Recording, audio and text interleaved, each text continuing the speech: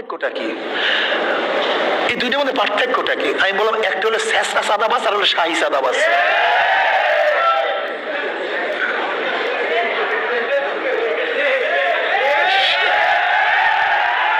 দেখবেন আওয়ামী লীগের লুটপাট হাজার হাজার হাজার হাজার শত শত শত শত কোটি।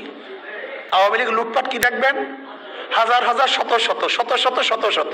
এছাড়া লুটপাট বুঝে না। ছাত্রলীগ এত কোটি, এত শত, এত হাজার, পিয়ন এত শত, এত হাজার। এরা হলো শাহী চোর, শাহী চাঁদাবাজ।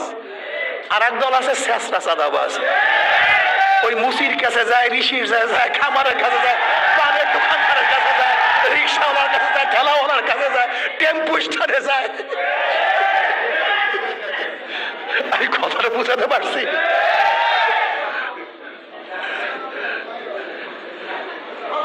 যাই হোক, আমরা চাঁদাবাজ মুক্ত দেশ চাই, কেউকে ভাগাতে চাই না। জিয়াউর রহমান সাহেবের আদর্শ কাউকে ভাগাতে চাই না, কাউকে দূর করতে চাই না, লড়াতে চাই না, কণ্ঠকে রোধ করতে চাই না। আমরা ঐক্যবদ্ধভাবে দেশটাকে গড়তে চাই, এই দেশটাকে বাঁচাতে চাই। যদি আমরা বিভক্ত হয়ে যাই, আমরা নষ্ট হয়ে যাই, এই জাতি নষ্ট হয়ে যাবে, জাতি ধ্বংস হয়ে যাবে, এই দেশ বিলুপ্ত হয়ে যাবে। আপনারা জানেন না, এই দেশের একমাত্র বাধা হলো ইসলাম। ভারত থেকে আমাদের দেশে আলাদা ওই কাঁটাতারের বেড়া না মিয়া, ওই কাঁটাতারের বেড়া কিন্তু আসল পার্থক্য না। ভারতের সাথে আমাদের মূল পার্থক্য হলো আদর্শ এবং নীতির। এদেশ মুসলমানদের দেশ, এইটা হলো বড় পার্থক্য, এইটা হলো বেড়া।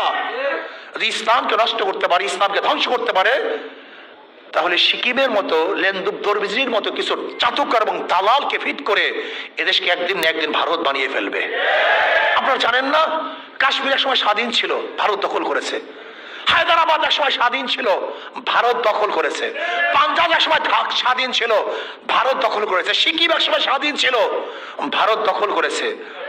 ঠিক তদ্রুপ এই দেশকে দখল করার চক্রান্ত করতেছে। আপনি কি দেখছেন? ভারত থেকে যেই মানচিত্র বের করছে, এর মধ্যে বাংলাদেশকেও তাদের মধ্যে নিয়ে নিয়েছে। মারাত্মক অবস্থা।